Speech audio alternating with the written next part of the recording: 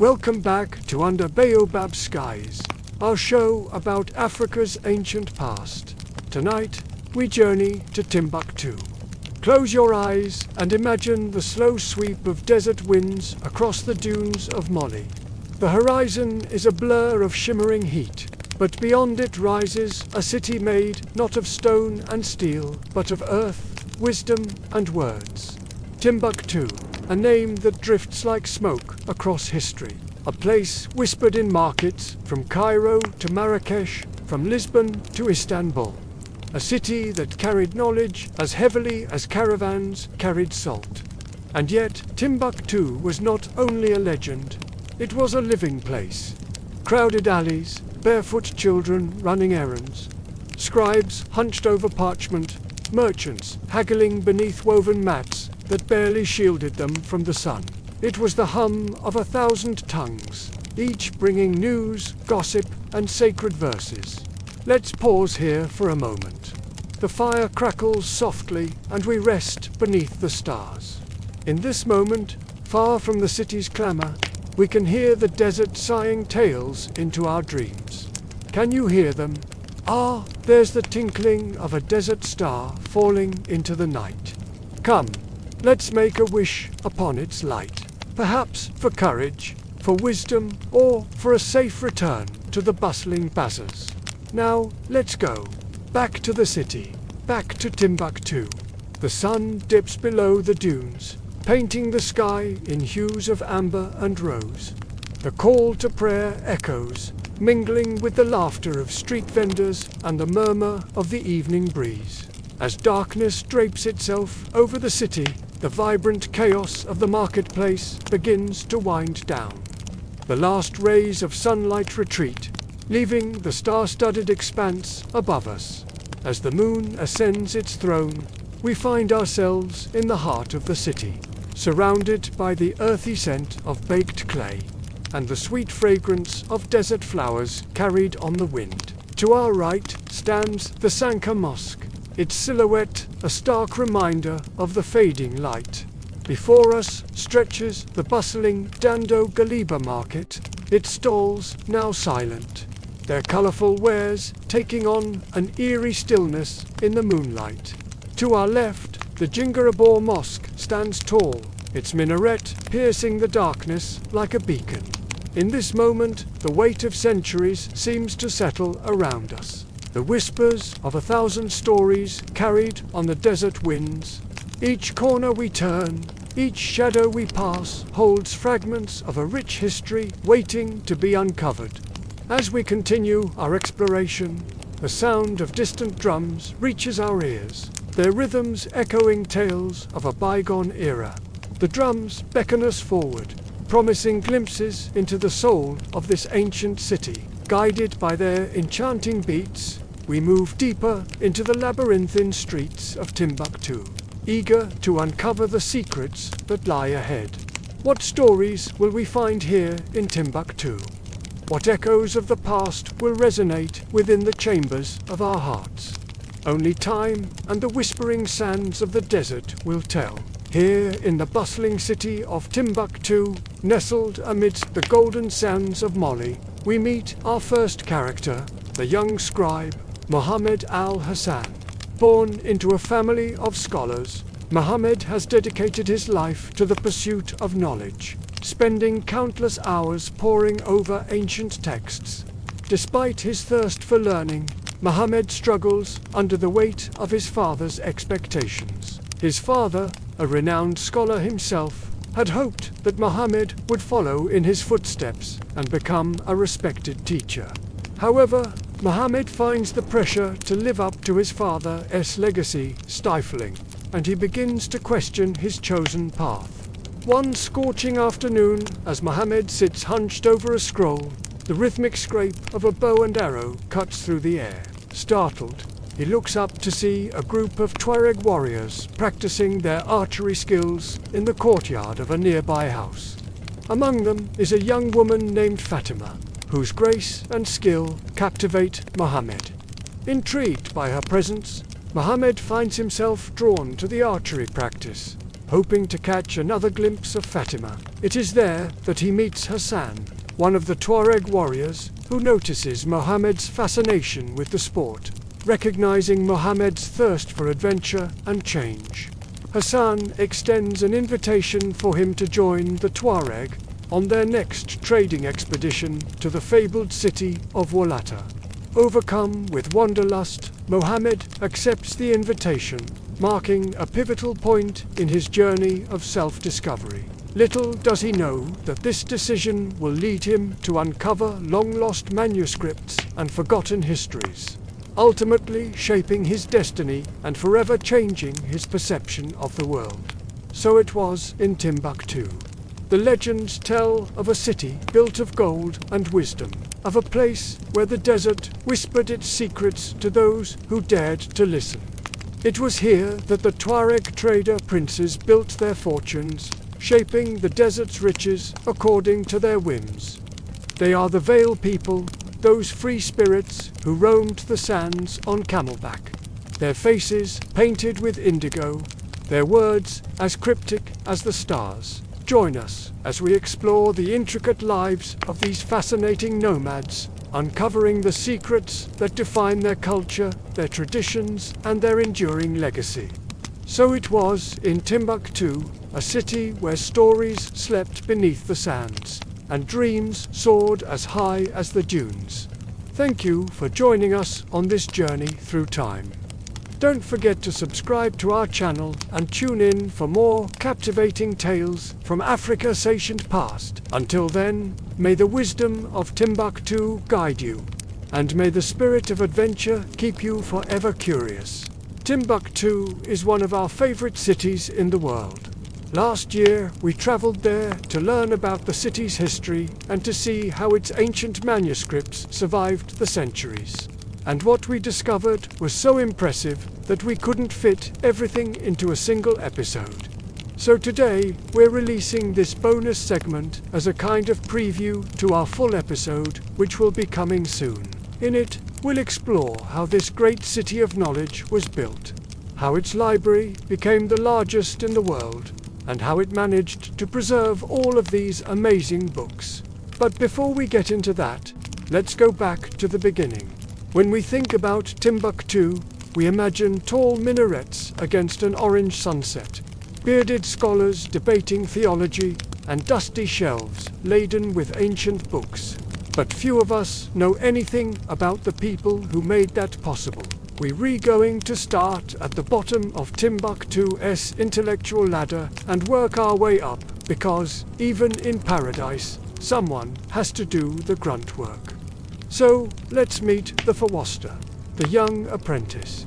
The sun rose mercilessly over Timbuktu, spilling light that seemed less like warmth and more like a weight pressing down upon every rooftop and alley.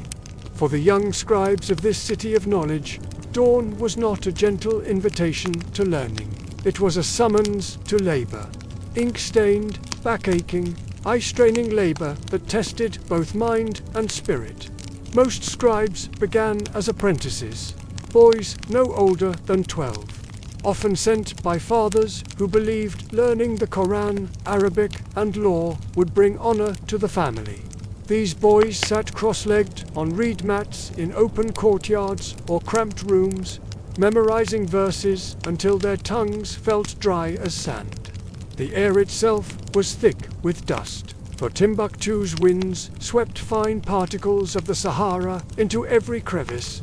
One of their tasks was to grind ink from charcoal, gum, and water, a messy, sticky process that left their hands blackened. Ink was precious, often running short, forcing them to stretch every drop. Paper was rarer still, imported across the desert from North Africa. And so, many scribes learned to copy texts onto scrap pieces, or even rehearse entire passages in their heads before committing them to parchment. Mistakes were costly, sometimes punished by being forced to repeat entire passages overnight. When we think about Timbuktu, we imagine tall minarets against an orange sunset. bearded scholars debating theology and dusty shelves laden with ancient books. But few of us know anything about the people who made that possible. We're going to start at the bottom of Timbuktu's intellectual ladder and work our way up, because even in paradise, someone has to do the grunt work. Imagine being 14 years old and tasked with reciting Quranic law texts in 3 languages while also carrying jars of water for your master's household. The Mali Empire was renowned for its scholarship, yet every great scholar began as a student, copying, reciting, and translating. This wasn't just about rote memorization. It demanded an understanding of language, law, and theology. Each book, each verse, each annotation was a step up the ladder. The apprentice might start with basic texts like the Quran or legal compendiums. But as they advanced, they would tackle more complex theological works, commentaries by Muslim scholars, and even historical chronicles. It took years, sometimes decades, to climb the whole way, but the rewards were great. A master scribe was not just an intellectual, he was a keeper of history, a counselor to kings, and a link to the very origins of Islam. His word was respected, his advice sought after, his company honored. Yet the path was arduous, paved with long hours, aching joints, and dust. Every stroke of the pen, every whispered recitation was a testament to the human cost of knowledge. Scribes weren't just scholars, they were artists. Their pens flowed across parchment like brushstrokes on a canvas. The finest scribes were celebrated for their calligraphy, for their ability to make letters dance and verses sing. But this artistry demanded precision, not just inspiration. For hours on end, they traced lines, curves, and loops, forming words that were as beautiful as they were legible. Their tools were humble, mostly red pens fashioned by slicing reeds and then sharpening them to fine points. Their inks were simple, too, made by grinding charcoal, gum, and water into a fine powder that could then be mixed with more water to form a liquid that flowed from pen to paper. It was painstaking work, and mistakes were costly, not just in terms of wasted time and materials, but also in reputation. A good scribe was prized, but a scribe who made mistakes was mocked and might even face punishment. That's why apprentices spent years mastering the basics, learning to control their pens and steady their hands. Only when they were sure of their craft did they move on to more complex texts and finer manuscripts. But even with practice, the hours were long and the conditions were tough. Scribes often worked by the dim glow of oil lamps, battling fatigue and heat as they bent over their desks. The air in the study might grow thick with smoke and the stench of stale waste, making it hard to breathe and harder to focus. The strain of copying, translating, and annotating texts for long periods of time led to many scribes developing poor eyesight at a young age, their vision blurred by endless lines of tiny script. And then there were the manuscripts themselves. Many arrived not only in Arabic, but also in local languages like Songhai, Fulfuld, Tomashek, and even scraps of Berber or Portuguese.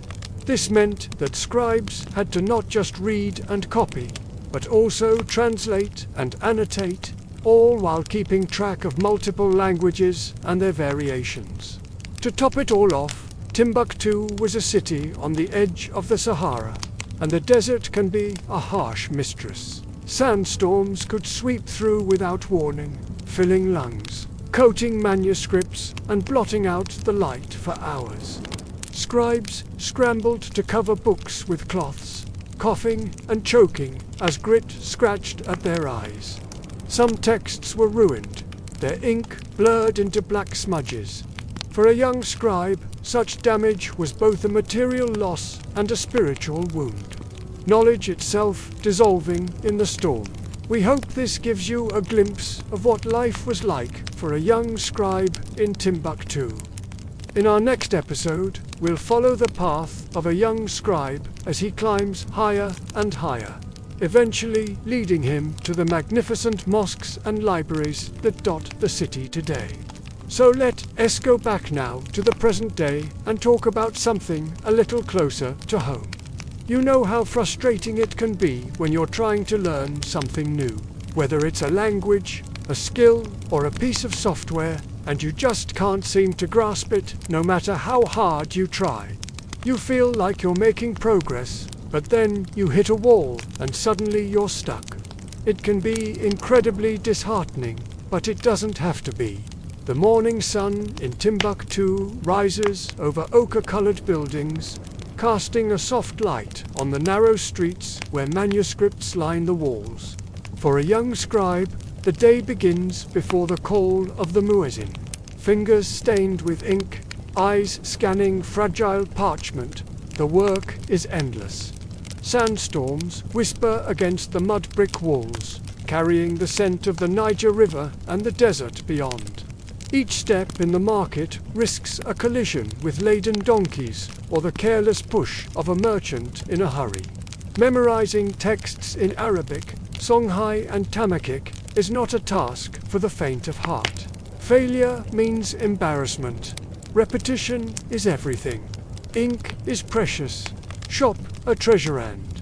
Quills are sharpened endlessly to write both prayers and ledgers. Mistakes are erased carefully, for a smudged line could change a law, a verse, or a merchant's account. Even in the quiet library courtyards, the weight of expectation is felt in every gesture. Beyond the writing, there is the physical toll.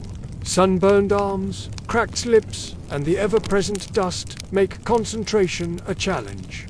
Merchants bartering for texts will wait no longer than necessary. The scribe must balance the duty to preserve knowledge with the demands of trade.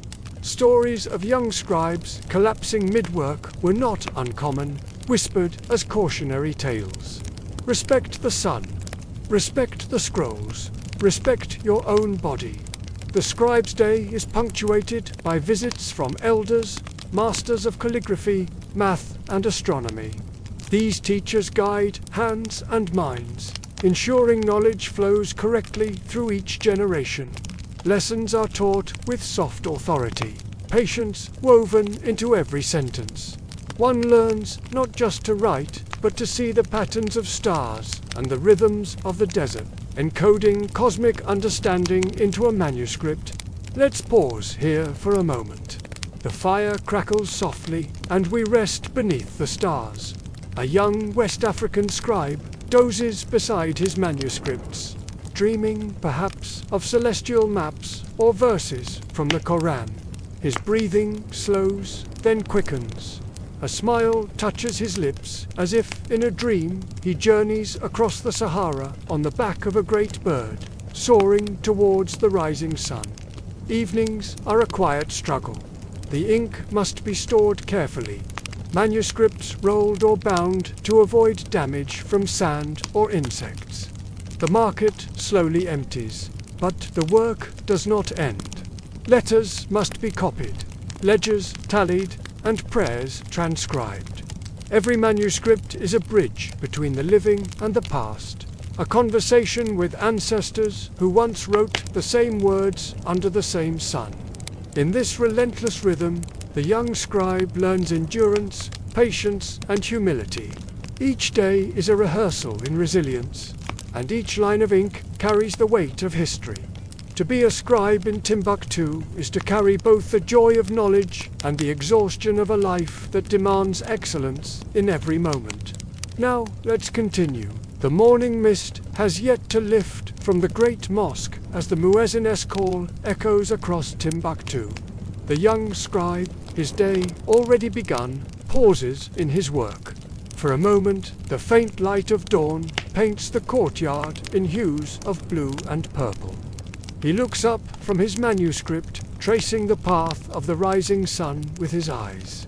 It's another day in the timeless city of knowledge.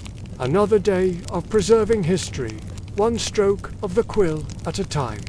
Timbuktu in the 14th century was a bustling hub of trade and scholarship, drawing people from all over the known world. Its reputation for housing thousands of manuscripts, some dating back to the 11th century, attracted scholars like bees to honey. The manuscript, believed to be the oldest complete copy of the Quran written in West Africa, found its home here alongside countless other texts on law, medicine, astronomy, and poetry. Imagine being a traveler in this era, journeying across the Sahara, drawn by the allure of Timbuktu's vast libraries. As you enter the city, the scent of papyrus, leather, and ink fills your nostrils. The sight of men poring over ancient texts in hushed voices sends a thrill down your spine. You about to witness firsthand the miracle of human knowledge captured in the very breath of time itself. But the magic doesn't stop at the libraries. You find yourself amidst a vibrant marketplace where merchants hawk their wares, their voices competing with the bleating of sheep and the clucking of chickens. The air is thick with the aroma of spices, leather, and roasted peanuts. It's a feast for the senses, a testament to the city's role as a crossroads of cultures. And then you see them, the scribes. Seated on low stools or mats, they meticulously copy manuscripts, their quills scratching across the papyrus like the wings of 1,000 tiny birds. Their fingers move with the precision of seasoned craftsmen, each stroke of their quills adding another layer to the rich tapestry of human knowledge. As you watch them work, you can't help but wonder about the stories behind these texts. What secrets do they hold? What ancient wisdom have they preserved for posterity? You feel a sense of awe, knowing that you're witnessing a tradition that has been carried on for centuries. You approach one of the scribes, eager to learn more about their craft. His name is Baba, and he welcomes you with a warm smile. Despite the hours he spends hunched over his manuscripts, there's a lightness in his eyes, a passion for his work that's contagious. Baba shows you the tools of his trade, the quills, inks, and papyrus. He explains the intricate process of making ink from natural materials like berries or the sap of certain trees. You listen intently, fascinated by the alchemy of turning simple ingredients into the very essence of thought. He leads you to his workspace, a small stall tucked away in a corner of the market. Here, amidst the bustle and chatter, he finds his solitude. You look around and notice the faint smell of incense mingling with the earthy aroma of the manuscripts. There's a sense of peace here, a sanctuary of the mind amidst the chaos of the marketplace. As you sit down beside him, Baba gestures for you to take a closer look at his work. Spread out on a mat before you is a breathtaking array of colors and patterns. Intricate diagrams of constellations are interwoven with flowing calligraphy, forming a visual symphony that speaks of a universe both vast and interconnected. You ask Baba about the significance of the patterns and symbols he uses, and he tells you about the deep meaning hidden within them. Each curve and whirl holds a piece of ancient wisdom passed down through generations of scribes. He shows you how different colors represent different elements, how certain shapes symbolize spiritual concepts. You realize that what you're looking at is not just a pretty design. It's a window into the soul of a civilization. But it's time to move on. You thank Baba for sharing his knowledge with you and promise to return. As you leave the stall, you can't shake off the feeling that you've just witnessed something truly special. You wander through the crowded market, your mind still buzzing with the sights and sounds you've experienced. The energy of Timbuktu envelops you, reminding you that you're part of something bigger than yourself. In the fading light of dusk, you find yourself standing before the Sanka Mosque, its mud walls glowing orange in the sunset. The sight of hundreds of students gathered around their teachers, eager to absorb every word of wisdom, fills you with a sense of hope for the future. You know that the knowledge shared here will continue to thrive, carried on by these bright young minds long after you've gone. As the call to prayer echoes across the city, you join the throngs of people making their way to the mosque. The rhythmic chanting and the deep voices create an atmosphere of serenity. Inside, you marvel at the simplicity and grandeur of the mosque. The unadorned walls seem to amplify the power of the words being spoken. You stand in the shadow of towering minarets, feeling dwarfed by the centuries of devotion that have taken place here. The Imam's voice booms across the courtyard, reciting verses from the Quran. His words resonate within you, echoing the timeless wisdom of Islam. The day slips away like sand through an hourglass. You watch as men, women, and children come together, united in their faith and their love for learning. The energy here is palpable, a shared passion that transcends time and language. As the sun dips below the horizon, casting long shadows across the city, you know it's time to say goodbye. But the spirit of Timbuktu will stay with you forever. You leave the mosque with a newfound appreciation for the power of community, the beauty of simplicity, and the pursuit of knowledge for its own sake. Timbuktu in the 14th century was more than just a city. It was a beacon of learning, a testament to the human spirit's unquenchable thirst for knowledge and understanding. As you continue your journey, you carry with you the vibrant colors, the intoxicating aromas, and the passionate voices of the scribes and scholars you've met. The memory of Timbuktu becomes a guiding star, inspiring you to seek out wisdom and beauty in every corner of the world.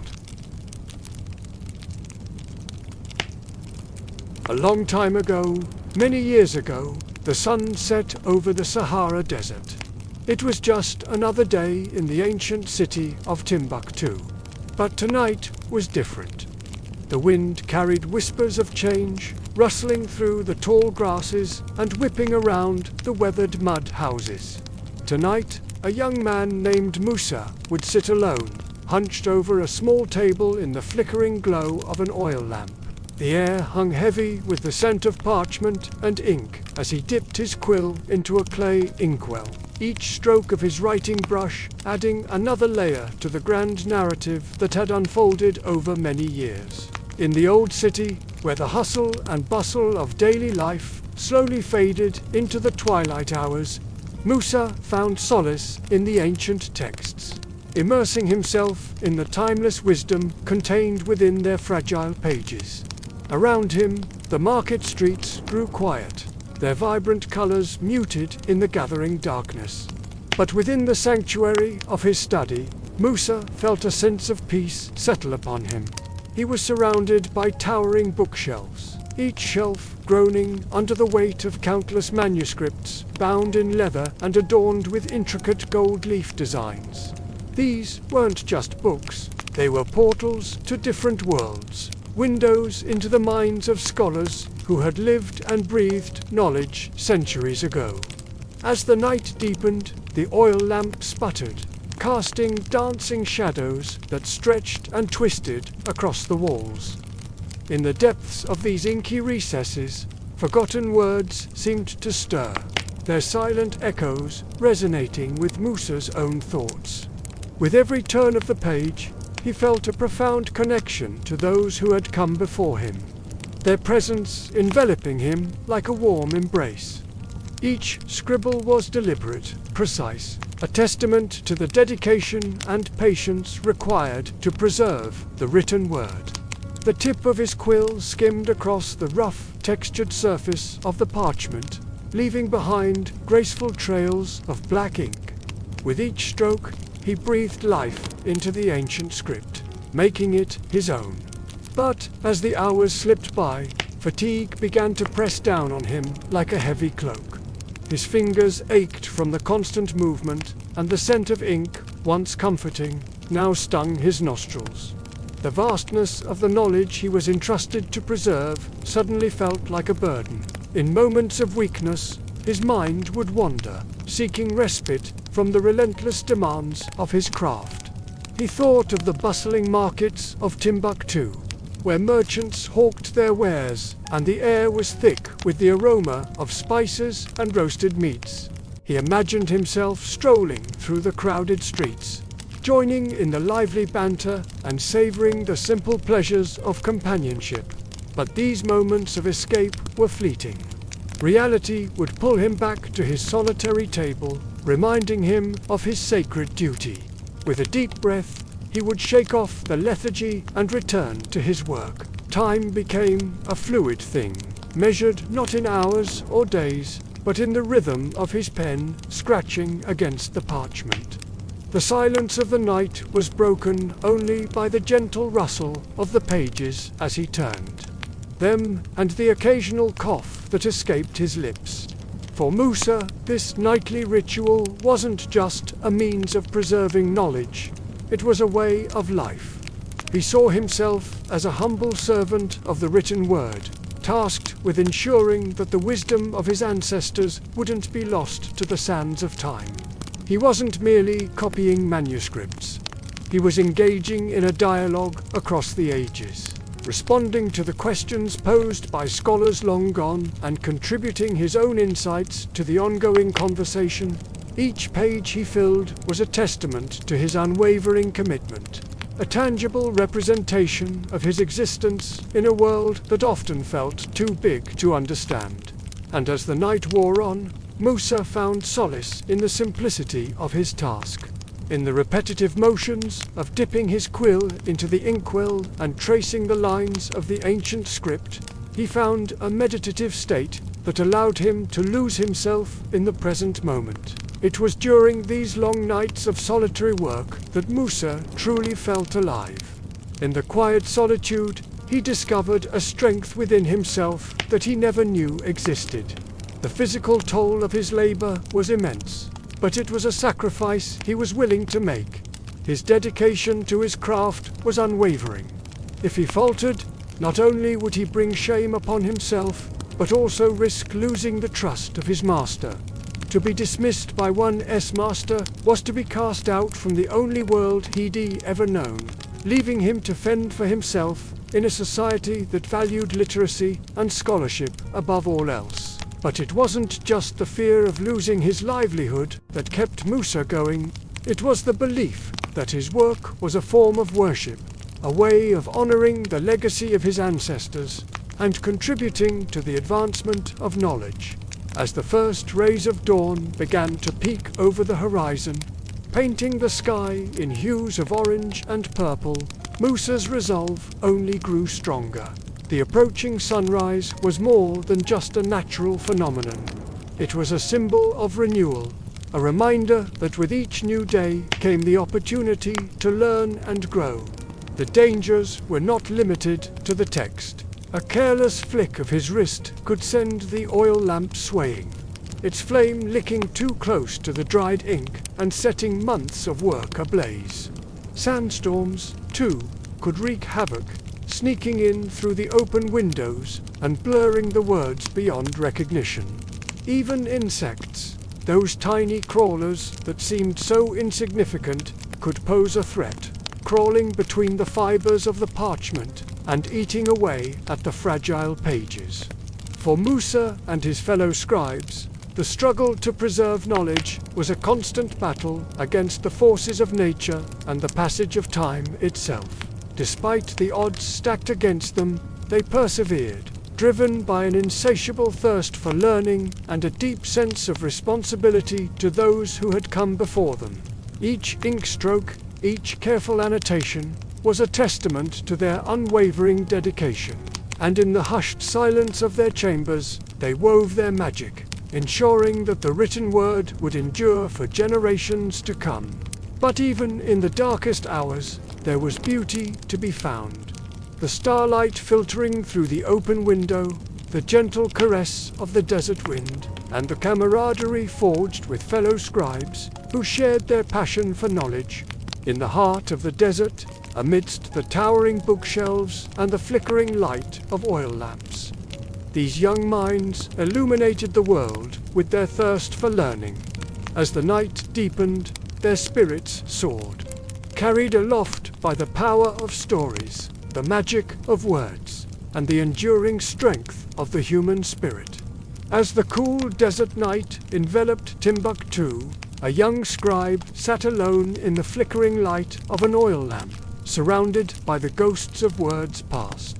The rhythmic scratch of his quill against parchment echoed in the stillness, a quiet testament to his unwavering dedication. His fingers moved with a practiced grace, guided by years of patient instruction and a burning desire to unlock the secrets held within the ancient texts. The ink flowed from his pen in graceful loops and curves, each stroke adding another layer to the rich tapestry of knowledge that had been handed down through generations. He wasn't just copying the words, he was breathing life into them, making them his own through the very act of transcription.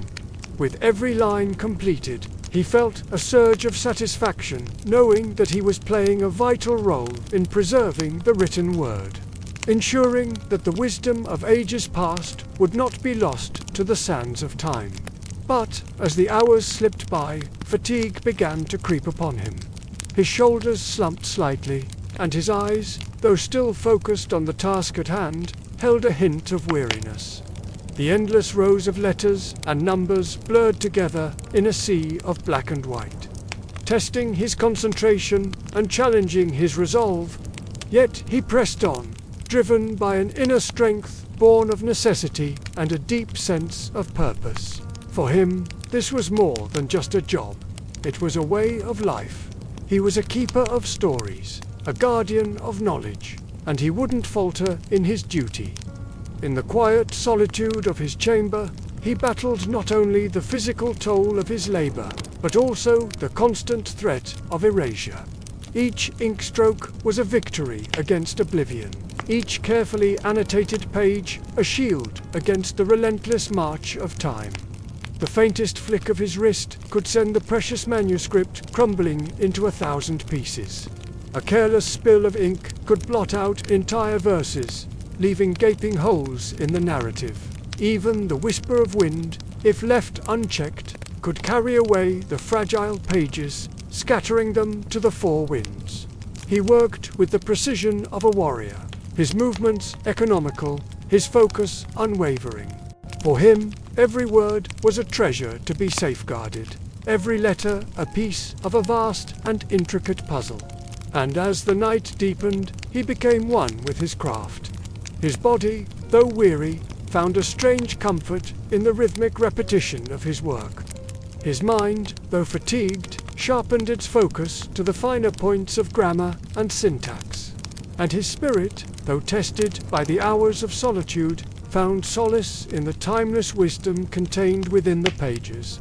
In the heart of Timbuktu, where the stars twinkled like diamonds scattered across velvet, this young scribe toiled tirelessly, weaving his magic with every stroke of his quill.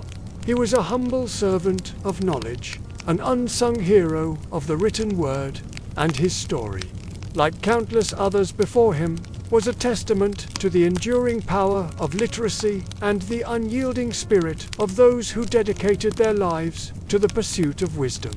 And so, with the patience of a saint and the determination of a scholar, he continued his work, ensuring that the stories of yesterday would live on to inspire and enlighten the generations of tomorrow. Now close your eyes and imagine the year 1556. The air is thick with anticipation, the kind that comes before a great event. In the bustling city of Timbuktu, where the Sahara's edge meets the river Niger, a baby boy enters the world. His name, Ahmed Baba. Little does he know that the whispers of his future self will echo through ages, carried on the winds of change. Timbuktu is not just a city of sand and stone. It's a sanctuary of knowledge, a beacon in the vast expanse of the Sahara. The streets are lined with scholars and students. Every house, every mosque seems to hold a treasure trove of manuscripts. For young Ahmed, growing up in this environment is like being cradled in a cradle of learning. He is surrounded by the soft rustle of pages, the scratch of quills on papyrus, and the murmur of voices discussing ancient texts. Books become his first companions. Their leather covers, worn with age, tell tales of journeys long past.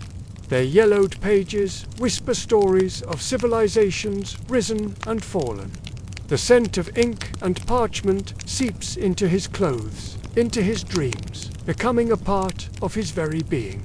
His father, a respected scholar himself, recognizes the thirst for knowledge in his son's eyes.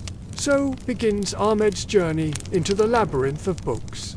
His days are filled with the rhythm of study.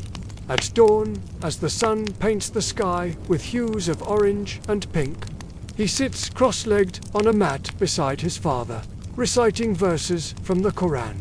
The words, imbued with the wisdom of generations, resonate within him. It's a language that stirs something deep within his soul, a connection to a past that feels both timeless and profound. After the morning prayer, the real lessons begin. Young Ahmed is given a reed pen and taught to copy manuscripts. The task is meticulous. Each stroke must be precise, each letter forming a harmonious whole. Hours melt away into this repetitive routine, yet it's far from monotonous. It's a meditation, a communion with the past. Through these countless repetitions, he internalizes the shapes of letters, their sounds, and their meanings. Copying becomes more than just a task. It's a form of worship. He's preserving not just words on parchment, but fragments of history itself. In the evenings, after the day's heat has subsided, he delves into reading. Under the flickering light of oil lamps, he deciphers the secrets held within ancient texts. As the night deepens, so does his understanding. Each word is a key, unlocking a chamber of knowledge in his mind. The walls of his room become canvases upon which stories unfold, transporting him to distant lands and eras. Ahmed Baba is not just a student. He's a sponge, absorbing everything around him. The quiet hum of the city, the ebb and flow of conversations, the laughter of children playing in the streets, all of it feeds his imagination, shaping his worldview. At night, when the city sleeps, his mind stays awake. He dreams not of gold or glory, but of knowledge and understanding. He dreams of unraveling the complexities of his world, of finding order in the chaos of existence. In his dreams, he soars through the skies, traveling to distant lands, conversing with scholars who lived centuries before.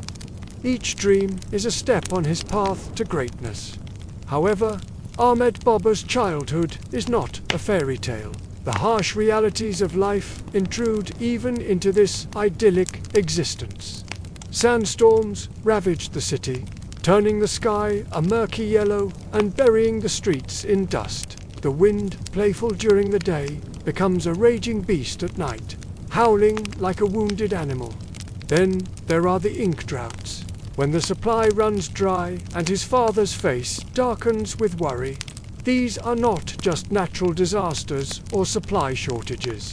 They're tests, moments that try Ahmed's spirit, that force him to adapt and persevere.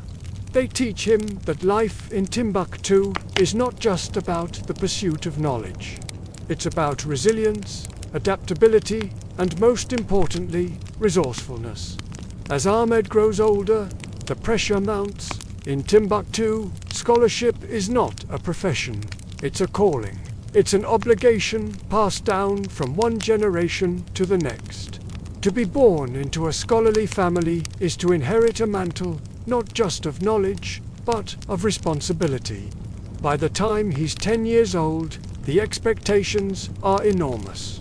He's not just expected to master the Quran, he's expected to memorize entire treatises on Islamic law, poetry, and philosophy. Failure is not an option. One wrong recitation, one forgotten verse, and years of study could be undone. This constant pressure shapes Ahmed's character. It hones his memory, sharpens his focus, and instills in him a deep sense of discipline. His childhood becomes a tightrope walk between the pursuit of knowledge and the fear of failure. Every page he reads, every verse he memorizes brings him closer to greatness, but also exposes him to the unforgiving gaze of tradition. In the courtyard of his home, bathed in the soft glow of the evening sun, Ahmed Baba practices his recitations aloud. His voice echoes off the mud brick walls, carrying his words to the heavens. Sometimes his father joins him, his voice a gentle guide, correcting Ahmed's intonation, his posture, his understanding. There are times when his father's eyes, usually twinkling with warmth, cloud over with disappointment. On those days, Ahmed studies harder, reads more, and recites until his throat is hoarse. His determination is fueled by a desire to make his father proud, to live up to the legacy of his family. He's not just reciting words, he's reciting his heritage. With each recitation, he's building a bridge across time, connecting himself to the rich intellectual tradition of his ancestors. Ahmed Baba's story is one of dedication, of relentless pursuit of excellence in the face of adversity. It's a testament to the human spirit's capacity for growth and achievement even in the most challenging circumstances. But his journey has just begun. The sands of time have many secrets left to reveal. So stay tuned, because next time we'll explore how Ahmed Baba navigated the shifting landscapes of power and knowledge in Timbuktu, a city on the brink of change. Before the year 1600, Timbuktu was a legendary city, a place where scholars chased knowledge and empires came to trade. But in 1591, everything changed. The Moroccan army rolled in, led by a man named Judar Pasha. They attacked the Songhai Empire, which was trying to hold on to the riches of the land. Gold, salt, and special papers called manuscripts were the things they wanted. Huita captured Timbuktu, killed many people, and took lots of loot. Some sources say that he brought more than 40,000 ounces of gold back to Morocco, plus 33 tons of other metals. This was so much money that it affected how valuable things were for quite a while. He also seized 30 elephant tusks and hundreds of tons of copper, silver, and coral. And don't forget the manuscripts. Hundreds of thousands of them, which were tossed into the river. It's a good thing that some people saved some of those old books. One person who helped save these precious items was Ahmed Baba. He was a teacher and writer from Mali who lived in Timbuktu. He cared deeply about the manuscripts that held all sorts of important knowledge, from Islamic studies to math and medicine. When the city was attacked, he didn't run away. Instead, he kept doing his job as a teacher, showing bravery during scary times.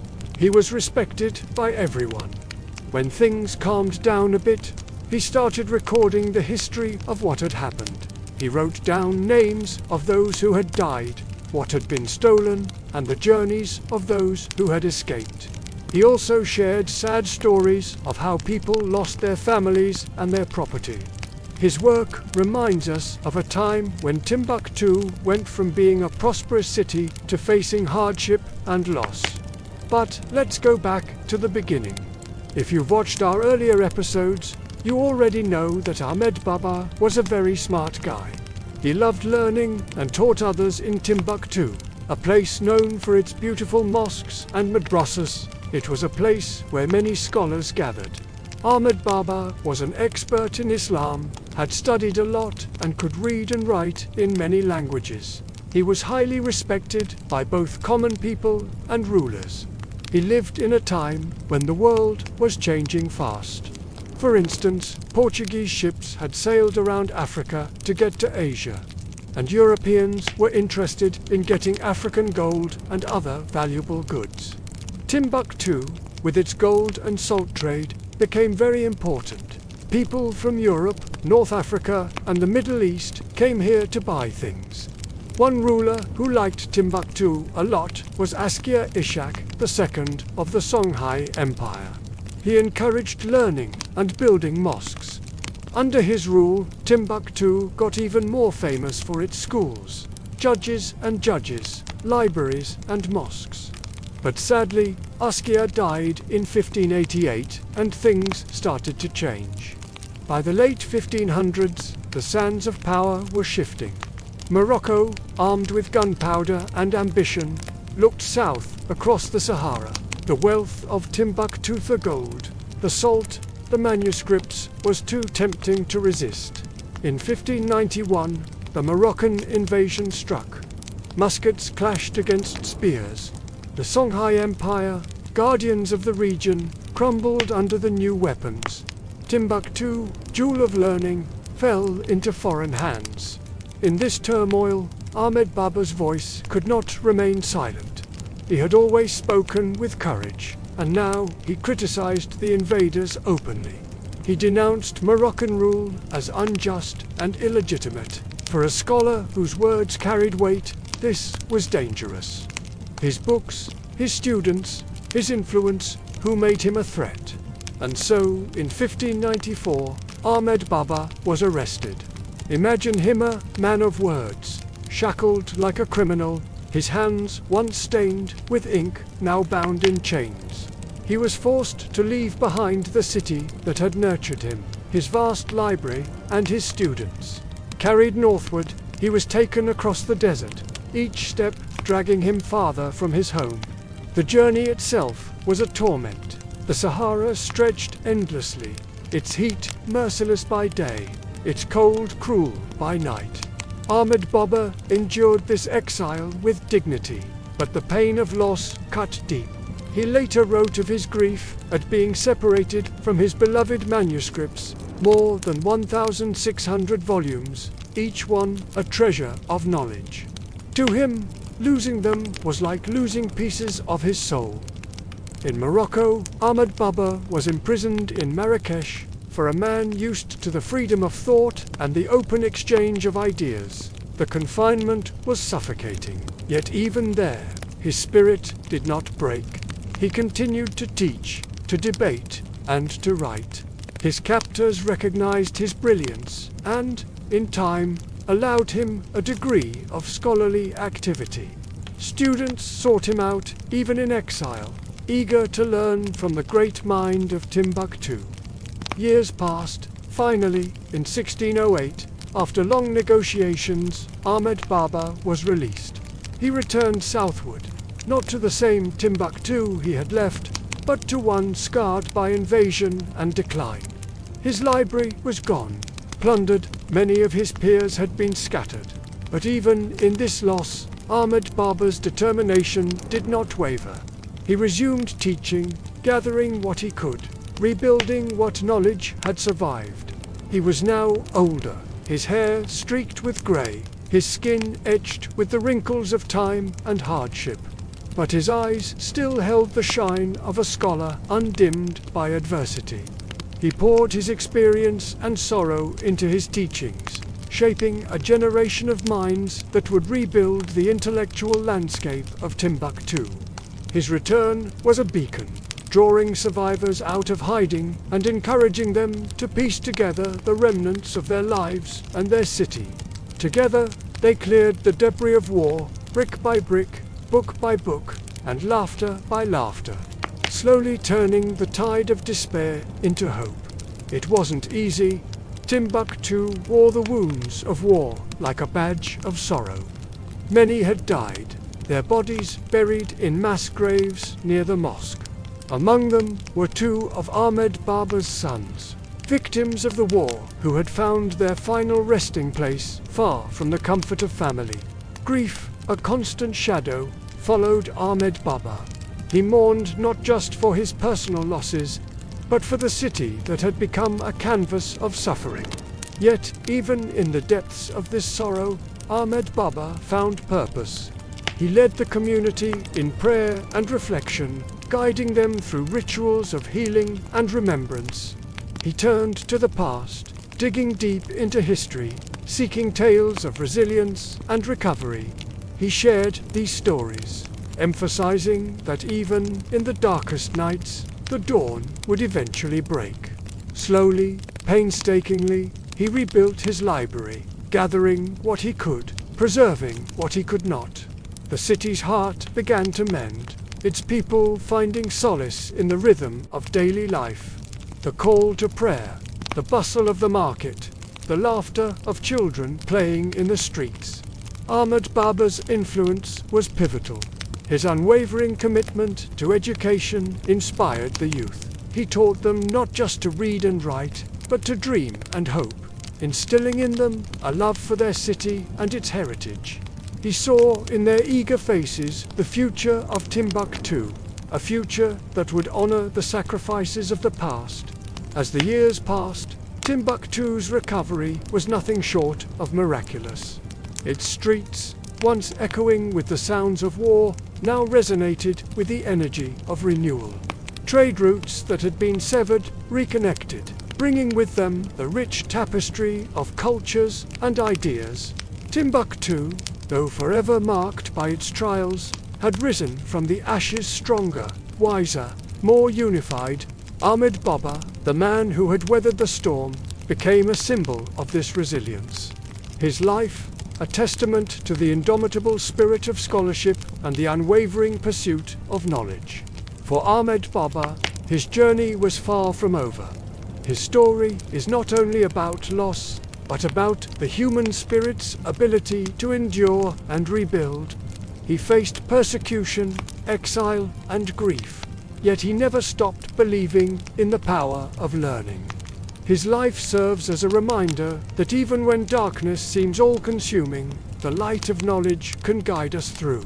When Ahmed Baba finally returned to Timbuktu after years of exile, he found a city forever altered. The Moroccan invasion had fractured its rhythm. The great markets bustled less. The libraries, once bursting with manuscripts, had been plundered or hidden. And yet life continued.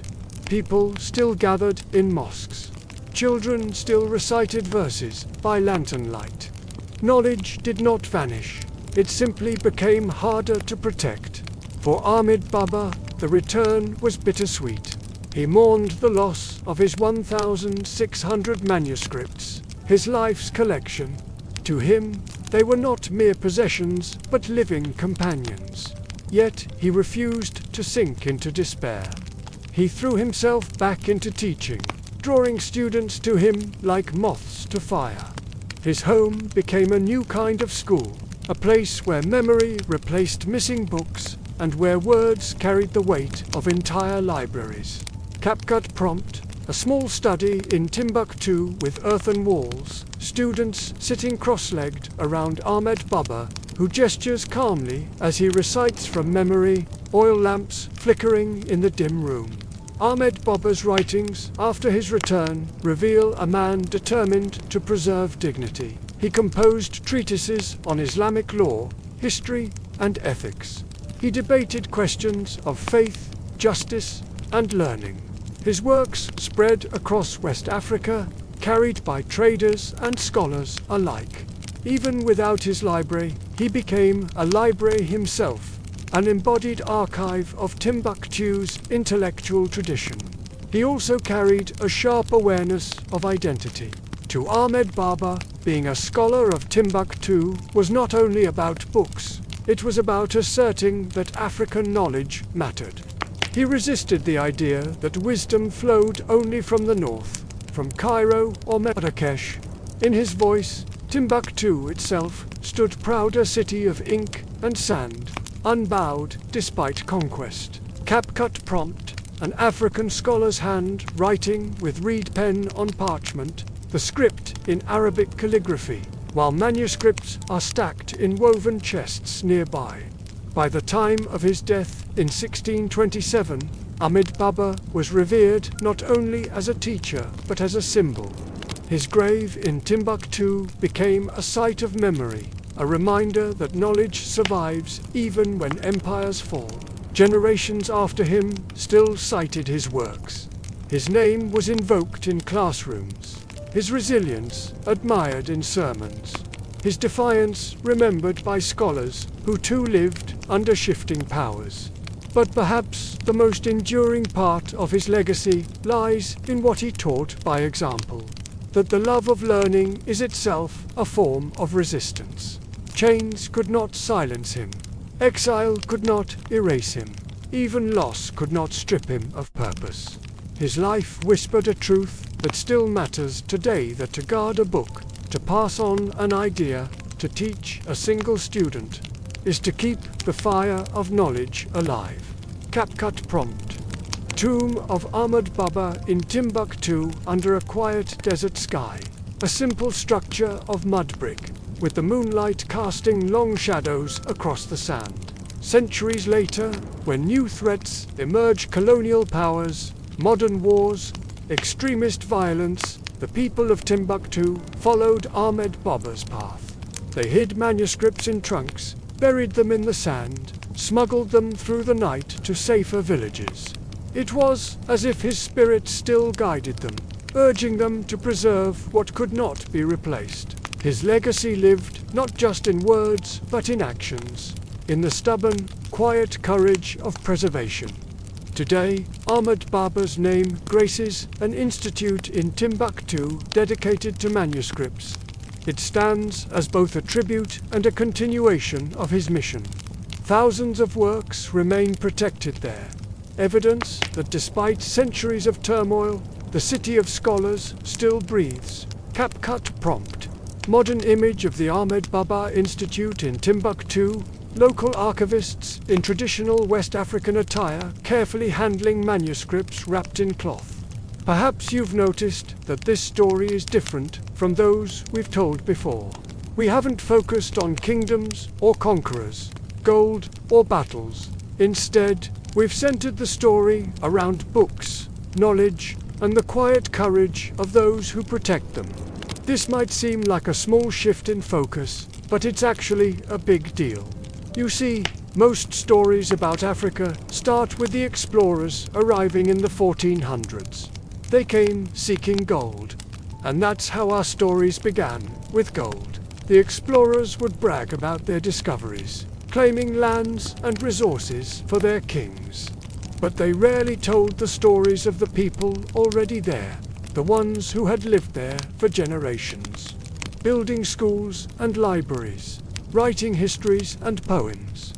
In Timbuktu, for instance, the Portuguese explorers arrived in 1475. And what did they find? A bustling city, one of the largest in the world, with grand mosques and libraries filled with thousands of manuscripts. They couldn't believe their eyes. They started writing stories about Timbuktu, but they didn't write about its libraries or its schools. They wrote about its gold.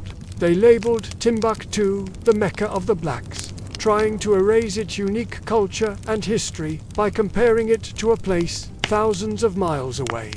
This happened all over Africa. Explorers came from Europe, Asia, and the Middle East. They marveled at what they saw, but they never really saw it.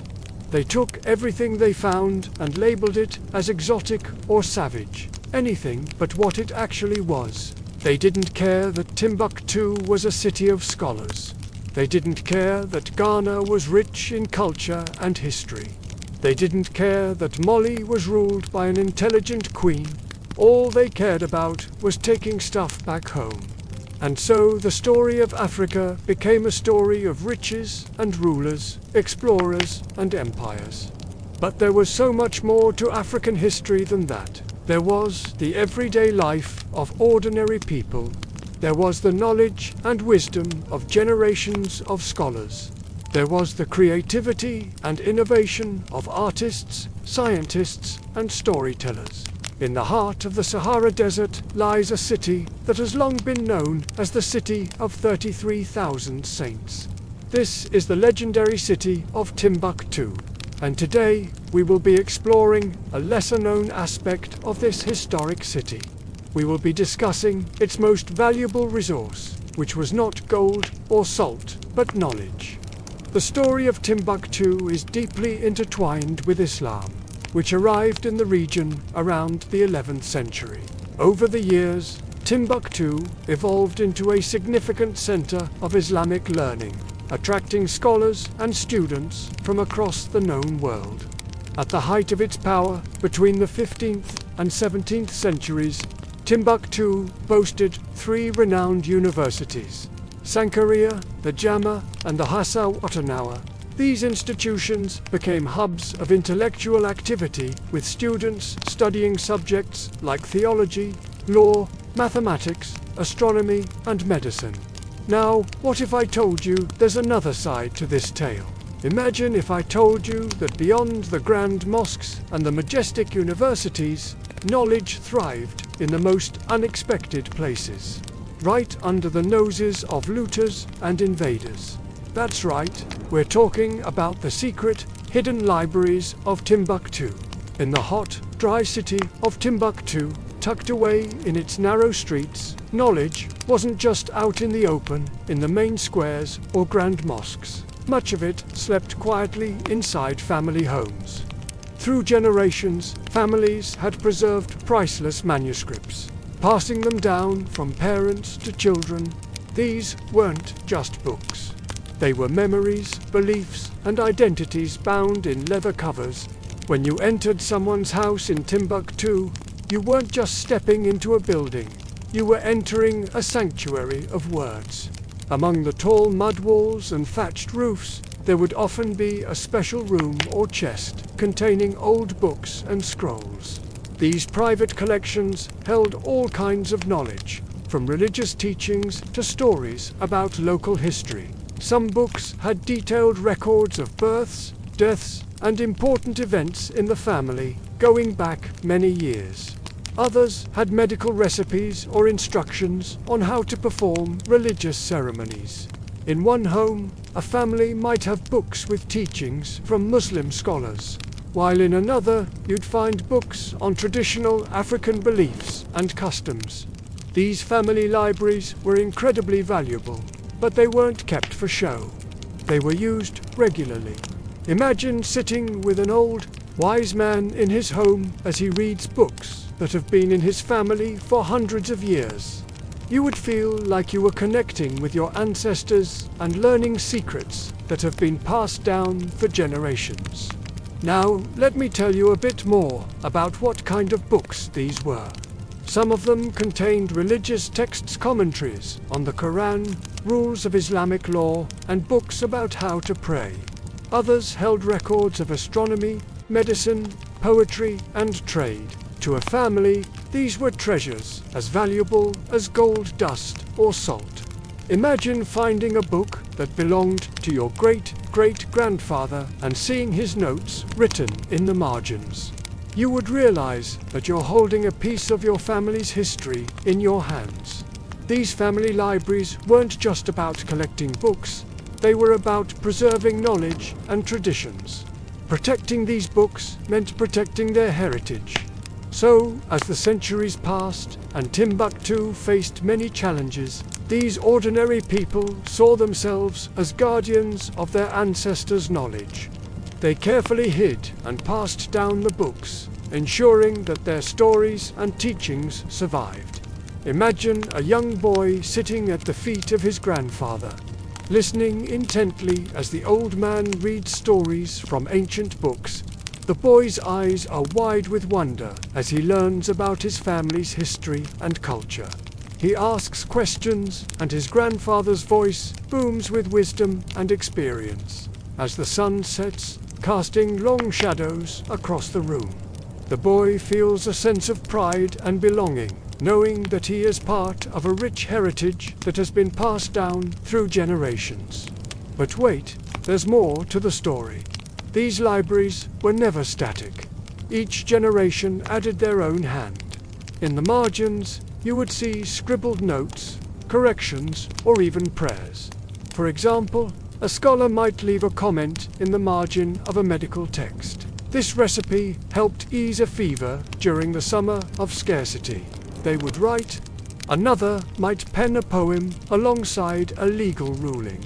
In this way, books grew richer, layered with voices across centuries. They were not just copied, they were lived with. Think about the smell of old books, the feel of worn pages beneath your fingertips, and the quiet rustle as you turn them. Now imagine sitting in a dimly lit room surrounded by shelves filled with these books, each one holding stories from a different time and place.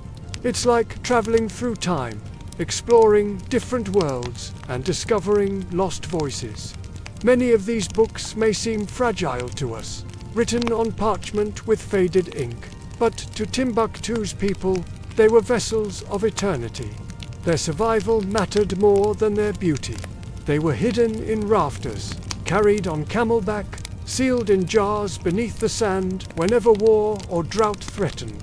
The city's manuscripts were alive precisely because people treated them as members of the household, always protected, always loved.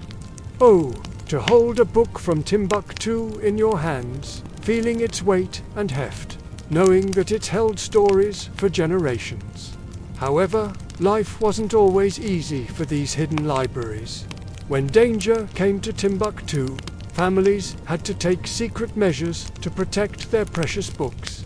Do you remember the scene from before the invasion? When armies approached, families whispered urgent instructions. Hide the manuscripts. They might bury them near wells or beneath clay floors, disguising their importance. Losing a manuscript was like losing a piece of their history, their identity. And so, the books went missing sometimes, taken by invaders who didn't understand their value. Other times, they were lost when houses collapsed or were destroyed by floods.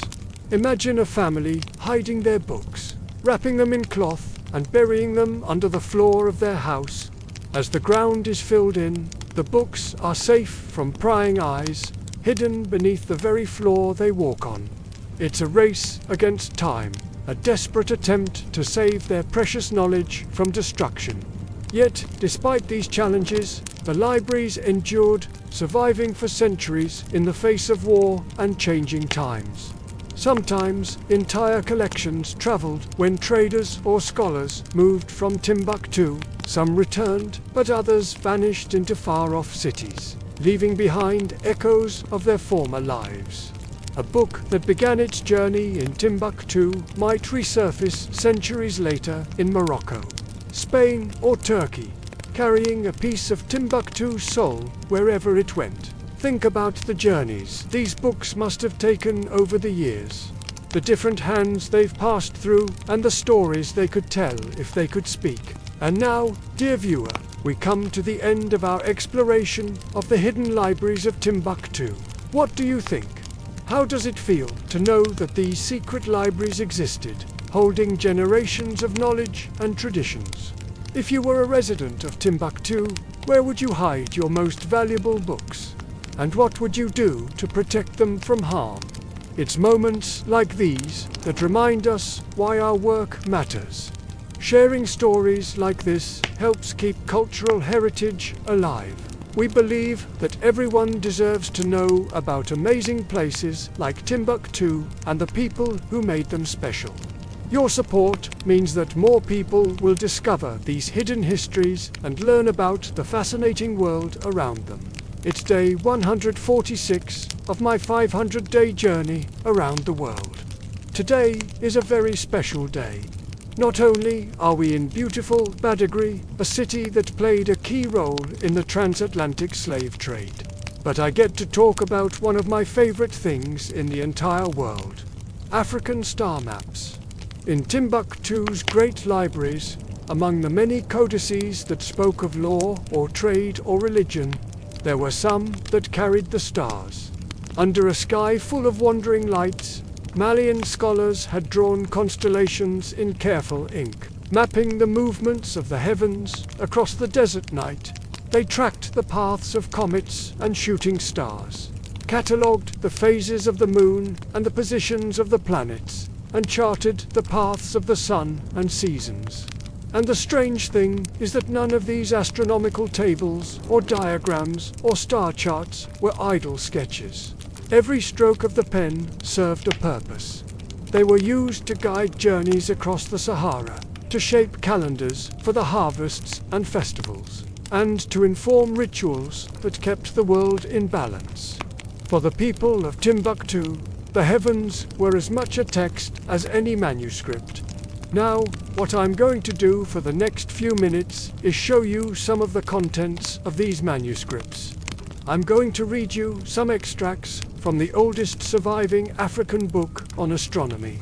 The title of the work is Al-Mutasar fi Hisab al-Sana, or The Epitome of Calculation of the Year. It was compiled in the 14th century by the astronomer and mathematician Musa of Kauto, who lived in the Mali Empire in West Africa. So let's go ahead and start reading. This first extract talks about when to begin planting crops. So listen closely. The arrival of the new moon heralds the commencement of planting. Its disappearance marks the end of the planting season. For grain crops, planting begins after the new moon, when Sirius, the dog star, appears in the eastern pre-dawn darkness. That's our brightest star. It's in the constellation Canis Major, and it announces the beginning of the rainy season and the optimal time for sowing crops. When the bright stars of the handle of the Little Dipper reach their highest point in the sky, planting should cease, as the rains will soon diminish and leave the ground parched. This is echoed in a Yoruba proverb that says, "When the star that leads the rain climbs the sky, it is time to put your hoe aside." Another extract has to do with how to calculate the appearance of the crescent moon. This is important because, in Islamic practice, knowing exactly when the moon reaches different phases is crucial for religious rituals. So, listen to this. To determine the exact date of the appearance of the crescent moon, which marks the beginning of each lunar month in the Islamic calendar, one must look to two stars known as the Eid al-Yaman and Eid al-Yam, the guiding stars. Once the new moon has reached half of its full illumination, as seen from Earth, its horns can be observed, flanking the guiding star on either side, slightly distanced from it. When the brightness of the crescent reaches a point where the tips of its horns appear to touch the guiding star, the new moon is said to have reached its full visibility. So the new moon becomes fully visible 7 days after its disappearance from view. There is another extract that talks about how to use the North Star for desert navigation. It's called the Pole Star, and it is very helpful for people traveling through the desert. It reads, "In order to locate the direction of the Qibla, which is the direction Muslims pray towards, and to determine the points of the compass, one should identify the pole star, which remains stationary in the sky. Its position in the northern celestial hemisphere is like the knob on the top of a water jug. The left of the pole star indicates the west, and its right signifies the east. By extension, the celestial south lies below the pole star and the celestial north above it. The center of the arc formed by the Big Dipper, also known as the plough or the furnace, coincides with the Qibla." What I find fascinating about these manuscripts is how they combine practicality and spirituality. While the information contained within them was essential for everyday life, it was also interwoven with Islamic teachings and beliefs. For instance, some of these pages contained prayers to be recited before starting a journey, or charms to ward off evil spirits.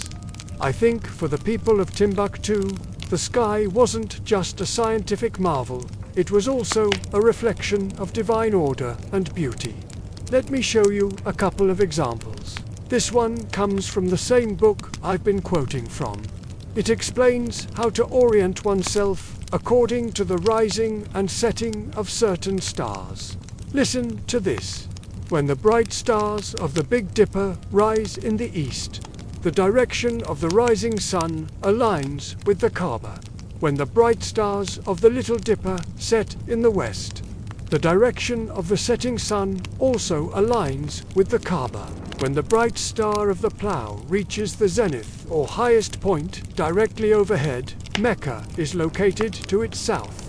When Capella reaches the zenith, the Kaaba is situated to the southwest of that star. The last extract I want to read to you talks about how to protect yourself while traveling through the desert. I think this is one of the most fascinating aspects of these manuscripts, the way they combined astrology with everyday life. So let me read this. If someone embarks on a journey at the new moon, they should write this verse and place it inside their baggage or tie it to their head, or hold it in their hand throughout the duration of their journey.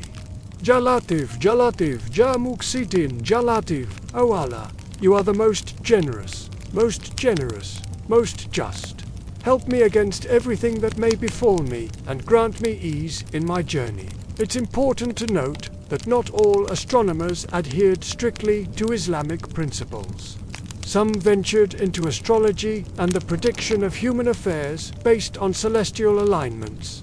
Now, this practice was viewed with suspicion by the orthodox scholars, but it was still part of the intellectual landscape. For instance, there was a popular belief that certain periods of the year, like the Christmas season, were dangerous for travel due to supposed planetary influences. On such occasions, people would seek the guidance of astrologers to ensure their safety. Some even consulted star charts to select auspicious times for major events like weddings or starting a business. Although these practices were considered superstitious by many, they highlight the deep connection people had with the cosmos. Their world was deeply interconnected with the heavens, and every event, no matter how big or small, was potentially influenced by the stars. One thing that's remarkable about these manuscripts is the painstaking detail with which they were created. Each diagram, each numerical calculation was the result of years of observation and study. What's more, they weren't just repositories of knowledge, they were works of art in their own right. The margins were often decorated with intricate geometric patterns, sometimes using red or gold ink, turning each page into a masterpiece. These beautiful manuscripts remind us that the pursuit of knowledge was highly valued in Timbuktu, and astronomy wasn't just a science. It was a reflection of divine order and human ingenuity. Sadly, many of these priceless artifacts were lost during the invasion of Timbuktu in 1591 by Moroccan forces. But those that survived offer us a glimpse into a rich, intellectual tradition and a world where the heavens were as familiar as the faces in the crowd. Once upon a time, in the timeless heart of the Sahara, nestled between endless dunes, lay a city of shining gold. And it was there in the bustling markets and tranquil courtyards where the echoes of trade routes intertwined with the whispers of ancient wisdom. We've come to learn of Timbuktu, a place where the sands of the desert held secrets older than time itself. In the grand halls of mosques and the shade of acacia trees, men of knowledge would gather, poring over ancient texts and debating philosophies. Here, the scent of incense mingled with the rich aroma of roasted coffee beans as they discussed matters of faith, law, and science. Under the starry expanse, stars aligned in perfect harmony, mirroring the unity that bound these scholars together. However, amidst the grandeur of it all, something quite peculiar was taking place. You see, in Timbuktu, books were not mere objects.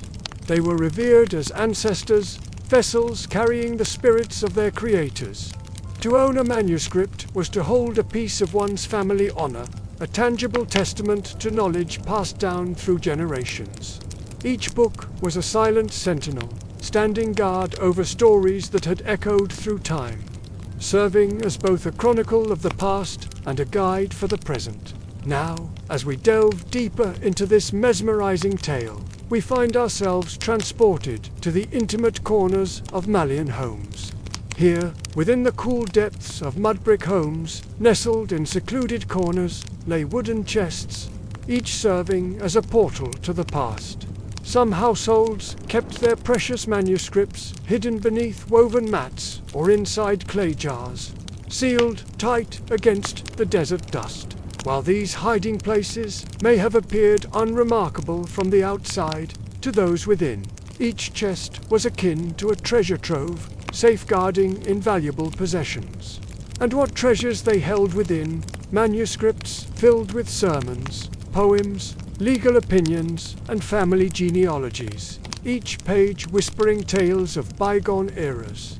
Imagine running your fingertips across these ancient pages, feeling the texture of time as you traced the words etched by scribes long gone. In that moment, you would understand that you were not merely reading words. You were connecting with legacies, becoming a part of an unbroken chain that stretched back through centuries. But let us now turn our attention to a perilous chapter in Timbuktu's history. For when Morocco's armies descended upon the city in 1591, these family libraries became fragile lifelines. Oh, those dreadful days when soldiers roamed the streets, seeking to seize or destroy texts, aware of the immense power they contained. But amidst the chaos, local families displayed remarkable courage and resourcefulness. They smuggled manuscripts out of town, concealing them in desert caves or burying them in courtyard gardens, safeguarding the precious knowledge contained within.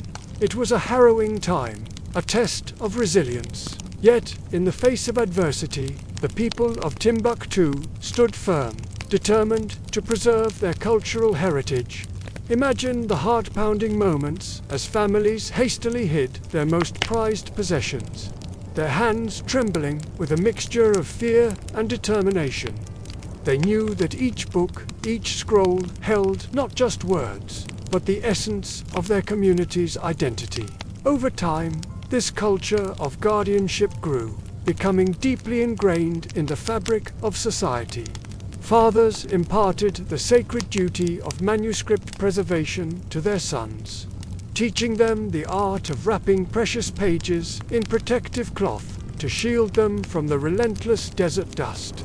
Mothers, too, played a pivotal role, whispering tales of their ancestors and the importance of safeguarding their legacy to their children. It was a responsibility that transcended mere book care. It was a commitment to upholding one's heritage in the face of any challenge. And challenges they faced: droughts, famines, and wars that threatened to tear their world apart. Yet, through it all, the manuscripts endured. Their survival was no accident. It was the result of deliberate, careful effort, generation after generation. And so, despite centuries of hardship, Timbuktu's intellectual heart kept beating, its wisdom sustained by the unwavering dedication of those who treasured their books as more than just manuscripts, but as living, breathing parts of their community's soul. Imagine sitting around a flickering campfire, listening to the wind-whispered tales of the Sahara as elders share captivating stories passed down through generations. Among these narratives are mentions of daring expeditions to distant lands, treacherous journeys across the unforgiving desert, and encounters with mythical creatures that stir both wonder and fear. Legends of travelers like Mansa Musa, the legendary king of Mali, whose thirst for knowledge led him on extraordinary adventures. Fill your mind with images of vast empires and unimaginable riches. As the night deepens, the crackling firelight dances in your eyes, reflecting the flickering flames that mirror the passion for exploration burning within you. Inspired by these timeless tales, you feel an irresistible urge to follow in the footsteps of those intrepid adventurers, to unravel the mysteries of uncharted territories and to discover hidden oases brimming with untold wonders. The stories ignite a fire within your soul, propelling you toward the unknown, eager to forge your own path through the treacherous sands of adventure. Meanwhile, in the bustling markets of Timbuktu, merchants haggling over precious wares and the rhythmic clang of blacksmiths working their ancient trade fill the air with the vibrant energy of commerce. The aroma of exotic spices mingling with the earthy scent of leather and the sweet fragrance of dates creates a sensory feast. Intricately crafted jewelry glistens in the sunlight, while vibrant fabrics adorned with intricate patterns beckon with promises of untold tales woven into their very fibers. You find yourself captivated by the allure of faraway lands, yearning to embark on a journey that will take you beyond the familiar horizon. The tales of adventure and discovery shared by seasoned travelers leave an indelible mark on your imagination. As you listen intently, their words painting vivid pictures of majestic palaces, bustling cities, and vast empires, your spirit yearns for exploration. Oh, the sights that greet you, the majestic minarets of the Sankar Mosque reaching towards the heavens, their elegant silhouette casting long shadows against the setting sun, the vibrant hues of the Jingarabor Mosque, a kaleidoscope of colors that dance in the sunlight. The serene beauty of the old library of Timbuktu, where ancient manuscripts whisper tales of ages past, and the impressive architecture of the Torek Palace, a testament to the grandeur of a bygone era, leaves you in awe. Before the sun bled into the endless blue, the vastness of the desert held its breath. The air grew still, anticipating the hush of an approaching dawn. And there he was, our Tuareg trader prince, already awake, watching the desert light turn from indigo to sapphire. This was more than a moment of quiet contemplation. It was a time for preparation, a ritual as ingrained in him as the dunes themselves. His world was one of extremes, of blistering heat and bone-chilling cold, of merciless sandstorms and the quiet menace of dried wells. But right now, in this precious space between night and day, there was only peace. He rose from his bed of woven wool, his limbs moving with the grace born of years spent astride camels.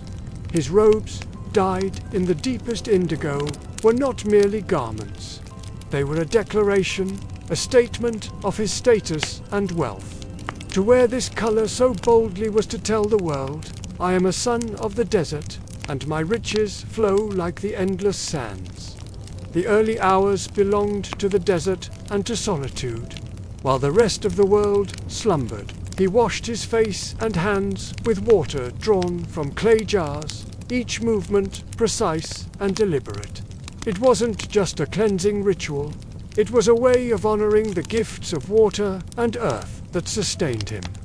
Then came the sharing of the morning meal, dates picked at the peak of their sweetness, millet porridge, smooth and comforting. He ate with the men who protected his caravans, the young traders eager to learn the ways of the desert. Even in the heart of the vast Sahara, hospitality mattered. A prince's worth was measured not just in the size of his fortune, but in the generosity of his spirit. As the sky turned from indigo to the fiery hues of sunrise, he prepared to meet the day. By mid-morning, he stood before his caravan, a silent observer surveying his domain. The salt slabs from Taudeni gleamed in the harsh sunlight, each one a testament to the arduous labor that transformed rock to treasure. The gold dust, a tribute to the unforgiving earth of the Niger River basin, and the fine silk from North Africa whispered tales of distant cities and cultures. These weren't just goods. They were stories waiting to be written into the fabric of the world.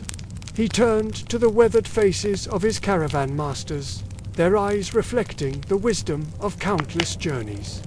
They spoke in hushed tones about the whispers carried on the desert winds, the gossip of dried wells, the rumble of distant storms, and the lurking shadows of bandits. Every word was a piece of the puzzle that guided their survival in this unforgiving landscape.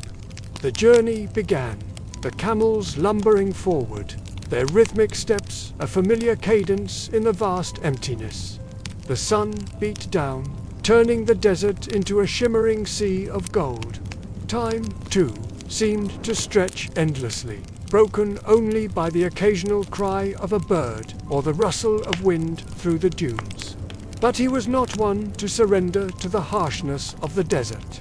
He rode with the bearing of a man who knew his worth. He was a link in the chain of human endeavor that stretched from one end of the continent to the other, connecting empires and cultures through the very act of traversing the seemingly unending sands. As they approached the town of Ordegost, a cluster of mud brick buildings shimmering in the heat haze, he felt the familiar pull of history. This place was a repository of memories, a silent witness to the ebb and flow of empires. Legends whispered of its bustling past, when it was a center of scholarship and trade. Now, though, it was a mere shadow of its former self. Still, for him, it held a certain allure, a reminder of the fragility of human endeavors in the face of the relentless desert. In the shade of a crumbling wall, he dismounted, stretching his body, stiff from hours spent in the saddle. His movements, though languid, spoke of a man who was at ease with his surroundings. The desert was his home, its rhythms ingrained in his very being. But it was time to move on. The next stop was Timbuktu, a city steeped in legend, a place where empires had risen and fallen. As the sun began its slow descent, casting long shadows across the dunes, he urged his caravan forward. The sight of the setting sun was a spectacle he never tired of, each blaze of color a masterpiece that unfolded across the sky. That evening, around a crackling fire, surrounded by his loyal companions, he feasted. The roasted meat, the sweet fruits, the rich spices, it was more than sustenance. It was a celebration of life in the face of adversity, a tribute to the resilience of the human spirit in the harshest of environments. As the night deepened and the stars emerged, one by one, the desert night was alive with sounds, the rustling of wind, the murmur of insects, and the distant call of a lone wanderer. For a moment, he felt a profound sense of solitude, a feeling that transcended the vast emptiness of the desert. It was a solitude that spoke of introspection, a communion with the silence of the universe. And then, in the heart of the desert night, when the moon hung like a silver coin in the velvety sky, the Tuareg trader prince slept. His dreams, no doubt, were filled with the sights and sounds of the desert, with visions of bustling marketplaces and the endless horizon that beckoned to his adventurous spirit. The next morning, the sun rose again, painting the sky in hues of rose and gold, heralding another day in the unending saga of the Tuareg people. Their lives, shaped by the rhythms of the desert, were a testament to the indomitable spirit of humanity. And so the cycle continued. Days turned into weeks, weeks into months, and the Tuareg trader prince journeyed on, his path forever entwined with the shifting sands of the Sahara. Yet, as the sun climbed higher in the sky, casting its warm glow over the bustling marketplace, he felt the pull of human interaction. It was time to engage in the intricate dance of trade and diplomacy. Timbuktu was a melting pot of cultures.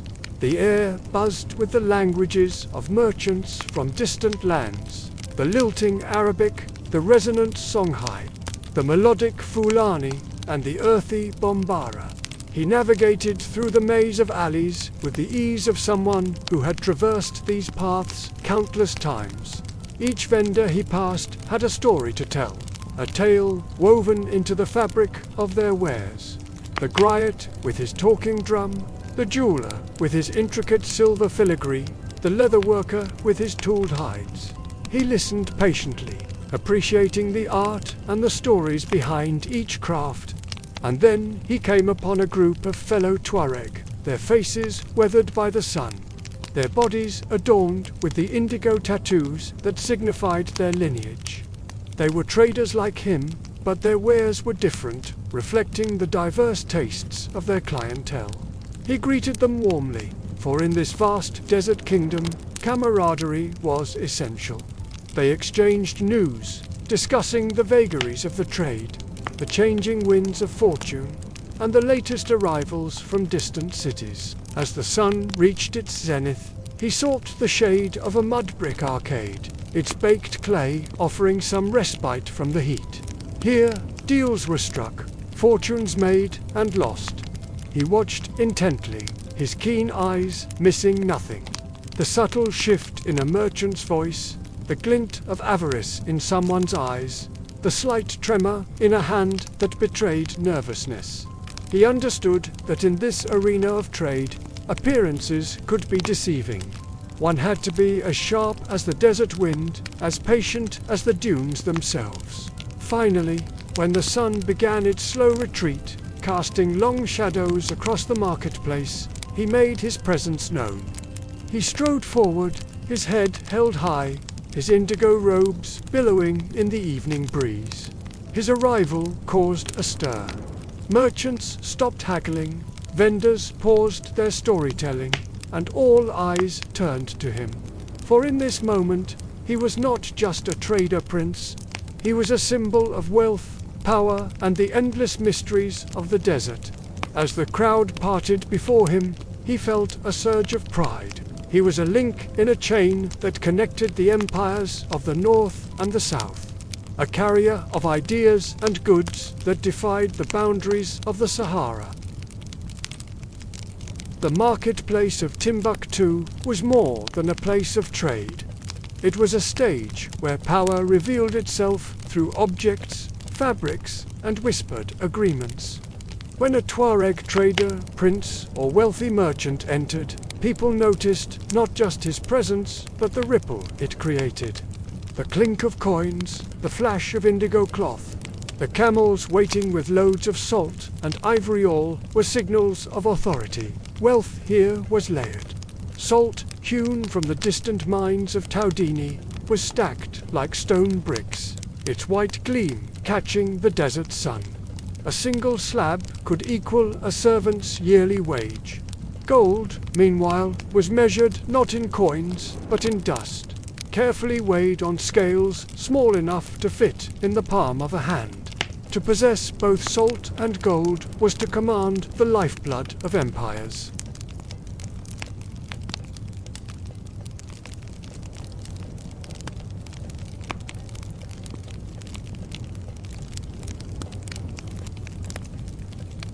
Let's pause here for a moment.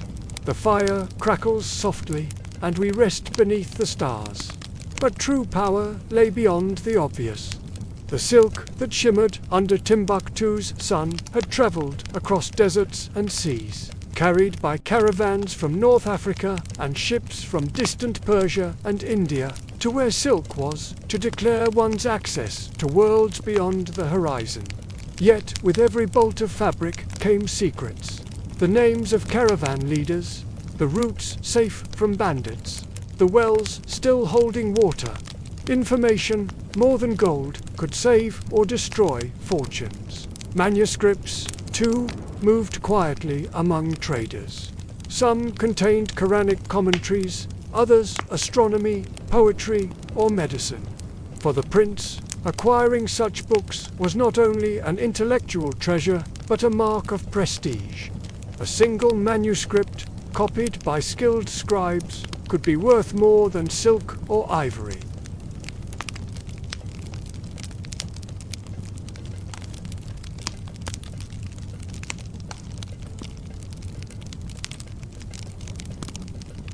Let's pause here for a moment. The fire crackles softly, and we rest beneath the stars. In these markets, alliances were tested daily. A whispered promise of credit might seal a friendship, but failure to honor it could spark generations of rivalry. Rival princes and merchants watched each other closely, their eyes measuring not just wealth but confidence. A misplaced word could erode trust. A well-timed gesture could cement it. And always there were secrets. Which caravan had been ambushed? Which mine was producing less salt? Who had fallen ill with fever? These questions drifted through the market like desert dust, carried in fragments of conversation. The prince, who listened well, who paid attention to silences as much as words, was the one who prospered.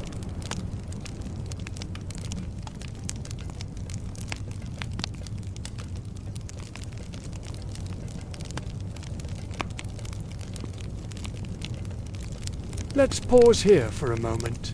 The fire crackles softly, and we rest beneath the stars. In the evening, when the crowds thinned, the wealth of the day was gathered and tallied. Slabs of salt were stacked in guarded courtyards. Bags of gold dust were hidden beneath carpets. Manuscripts were placed in wooden chests, bound in leather to protect them from desert winds.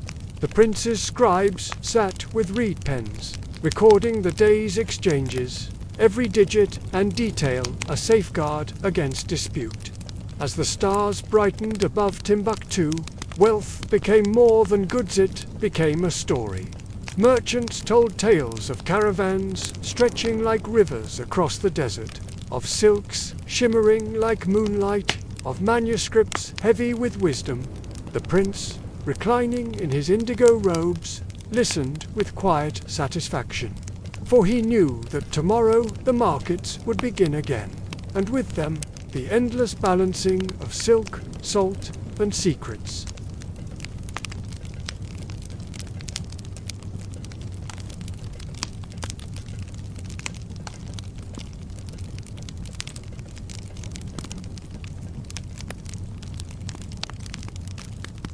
As darkness settled over Timbuktu, the desert cooled, and with it the markets quieted. But for a Tuareg trader prince, the night was not merely rest, it was vigilance. Wealth was a magnet for envy and gold dust. Manuscripts and salt slabs drew eyes both honest and hungry. The prince's compound became a fortress. Mud walls enclosed storerooms where goods were locked away.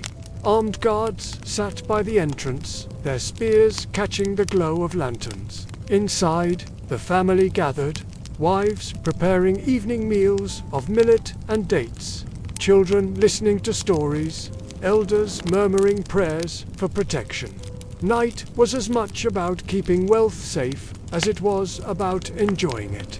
Food and feasting, too, revealed power. A prince who could serve rice imported from the Niger Valley or lamb seasoned with spices from far-off lands displayed his wealth without words. Guests reclined on carpets, sipping from brass cups as musicians plucked strings and drummers filled the night with rhythm. Such feasts were not simply indulgence. They were politics, binding allies with generosity and dazzling rivals into respect. Yet beneath the music and laughter lay tension. Caravans could vanish in the desert. Promises of salt deliveries could falter. News of war in distant lands could reach Timbuktu overnight, changing fortunes in an instant. Every host knew that feasting was a gamble. Too much extravagance and you appeared reckless. Too little and you seemed weak. The deeper hours of night brought more secrets. Trusted friends spoke of trade routes yet undiscovered, of caravans preparing to leave, of scholars willing to sell precious manuscripts. These whispers shaped the days to come. A single secret, well placed, could bring fortune or ruin. And yet, not all nights were calm. Sandstorms sometimes swept in, rattling doors and carrying dust into storerooms. Illness could strike a household suddenly. Bandits, bold enough, might test the walls. For this reason, the prince kept not just guards, but alliances bonds with scholars, soldiers, and other traders. In Timbuktu, safety was never just about walls. It was about networks of trust stretching across desert and river. When dawn approached and the muezzin's call rose through the cool air, the night watch ended. The family stirred. The guards lowered their spears, and servants prepared for the bustle of another market day. So, as we think about life in Timbuktu, there are two important things to remember. First, this was a place of intense commercial activity, meaning it was full of strangers and temptations. Second, wealth in this setting required constant vigilance, turning riches into a kind of burden. So these nights are a good microcosm for what made Timbuktu so remarkable. First, the market. Let's say that again, the market. Everything revolves around the market. Day or night, it's a hub of human activity. It also has a certain energy. Here's an example.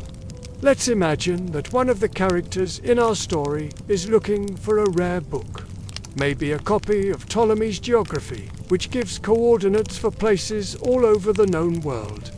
You might find that book in a pile of discarded texts next to a grimy window. You know, right in the middle of a bustling market.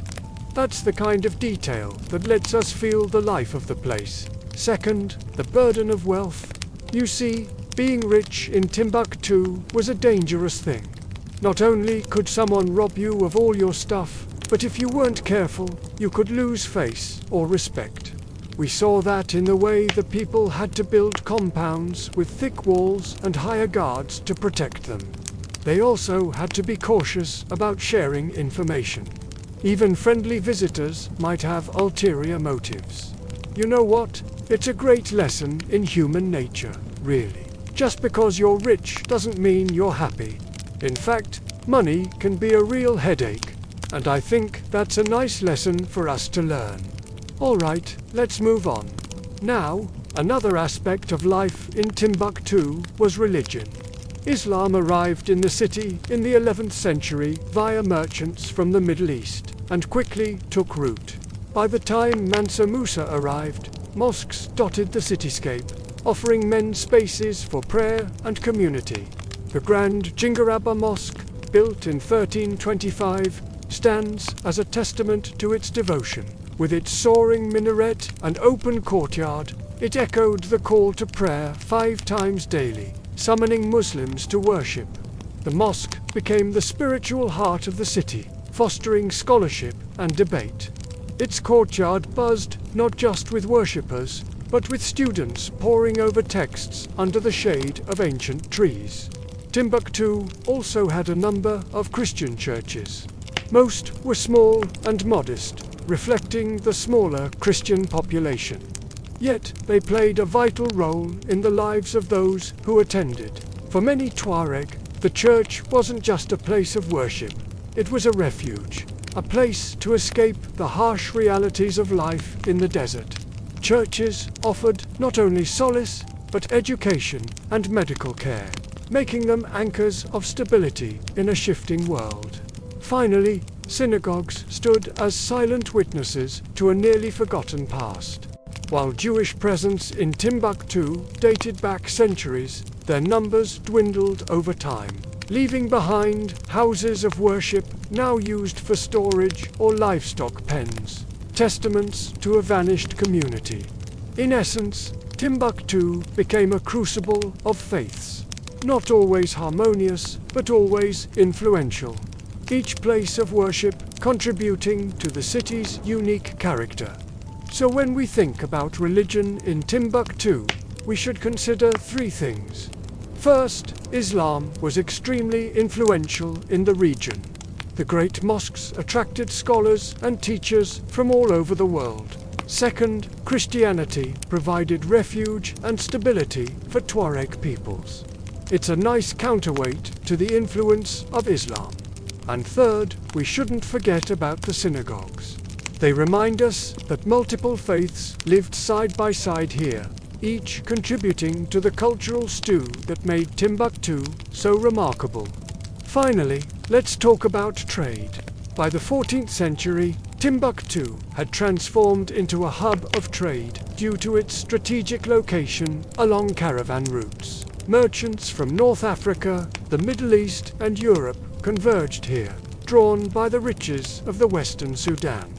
The heart of the city pulsed with commerce, where goods from distant lands were exchanged for gold, salt, and cola nuts. The marketplace teemed with activity. Merchants hawked spices from the Arabian Peninsula, silks from China, and ivory from distant elephant herds. The very air was thick with the scent of cinnamon, myrrh, and roasting coffee.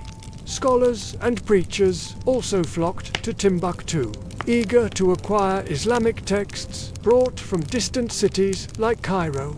These intellectual treasures were traded not for gold, but for prestige and knowledge. Timbuktu's wealth, however, did not shield it from external pressures. Skirmishes with nomadic peoples seeking to disrupt trade routes were common, underscoring the fragility of prosperity. Warfare between empires also cast shadows on the city's fortunes. The sack of Timbuktu in 1591 by Moroccan invaders, seeking to expand their control over the trans-Saharan trade, resulted in the deaths of thousands and the burning of countless homes and shops. This event marked a turning point, initiating Timbuktu's decline as a major trading center. As we wrap up our discussion of trade, let's remember three important things. First, trade made Timbuktu incredibly wealthy, but it also made it a target for outside forces. Second, the trade network stretched all the way from China to the Middle East and Europe. The goods arriving in Timbuktu came from all over the known world. And third, books were a hot commodity in Timbuktu. In fact, some scholars say that more books were imported into Timbuktu than any other city in the world at the time. This is a story about the city of Timbuktu, where the great empires of the past brushed shoulders with the timeless expanse of the Sahara. It's been an incredible journey. We have walked the alleys of Timbuktu's markets, felt the weight of manuscripts pressed into young scribes' hands, traced the footsteps of Ahmed Baba in exile, and opened the hidden chests of libraries guarded by families for generations. We have dined with Tuareg princes beneath desert skies, where silk and salt mingled with secrets and song. And now, as the fire burns low and the night deepens, let us rest. Timbuktu was more than a city, it was a rhythm, a heartbeat of knowledge and trade echoing across centuries. It was a place where the desert itself seemed alive, carrying caravans, ideas, and stories across its endless waves of sand. The bustling energy of the city has faded into the soft hush of twilight. The market stalls, once brimming with vibrant life, are now still, their wares gathered in beneath the canvas shelters for the night. The air, once thick with the aroma of spices and the murmur of countless tongues, is now filled with the gentle whisper of the wind dancing through the deserted alleys. Yet beneath the grandeur lay struggle. For every prince who traded in silks, there was a scribe whose fingers blistered from ink.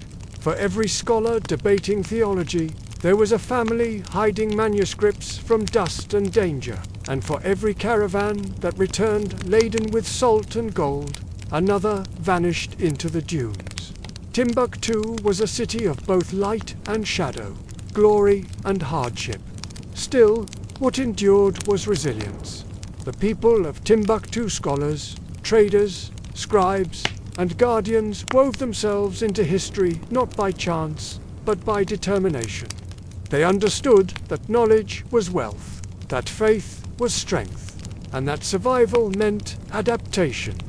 Each generation added its story to the layers of time, shaping Timbuktu into the vibrant, resilient city it became. And as we, the storytellers, weave our tales inspired by this place, we too become part of that legacy. Let's pause here for a moment. The fire crackles softly, and we rest beneath the stars. In the tapestry of human history, Timbuktu stands as a testament to the indomitable spirit of humanity. Through the sands of time, it has shown us that knowledge is a treasure more precious than gold, that faith can be a guiding light in the darkest of times, and that resilience is the key to enduring the harshest of environments. Let's pause here for a moment. The fire crackles softly, and we rest beneath the stars. As you drift toward sleep, imagine yourself lying beneath Timbuktu's night sky. The air is cool, the scent of dust still lingers, and far off, the murmur of voices fades into silence. Above you, stars scatter like jewels across the heavens, the same stars that guided caravans, scholars and traders through the centuries. Here, in the vast openness of the desert, surrounded by the echoes of ancient wisdom, you feel a profound sense of connection. You are not merely a visitor, but a traveler through time, linked to the countless souls who have looked up at these very stars, seeking guidance, solace, or inspiration. And as the night deepens, the desert reveals its timeless beauty. The Milky Way stretches across the sky like a river of stars, its celestial currents flowing over the dunes. The constellations, ancient storytellers, narrate their eternal tales, their light years traveling across the universe to reach your eyes. The cool desert wind whispers secrets of the past, rustling through the leaves of the acacia trees, their silhouettes dancing against the starlight. The distant call of an owl breaks the silence, a haunting melody that echoes the solitude and grandeur of the desert night. Beneath this canopy of stars, worries and distractions of the world fade away, leaving you in a state of peaceful contemplation. You are now under baobab skies. Sleep deeply, traveler, and may the wisdom of Timbuktu carry you gently into dreams.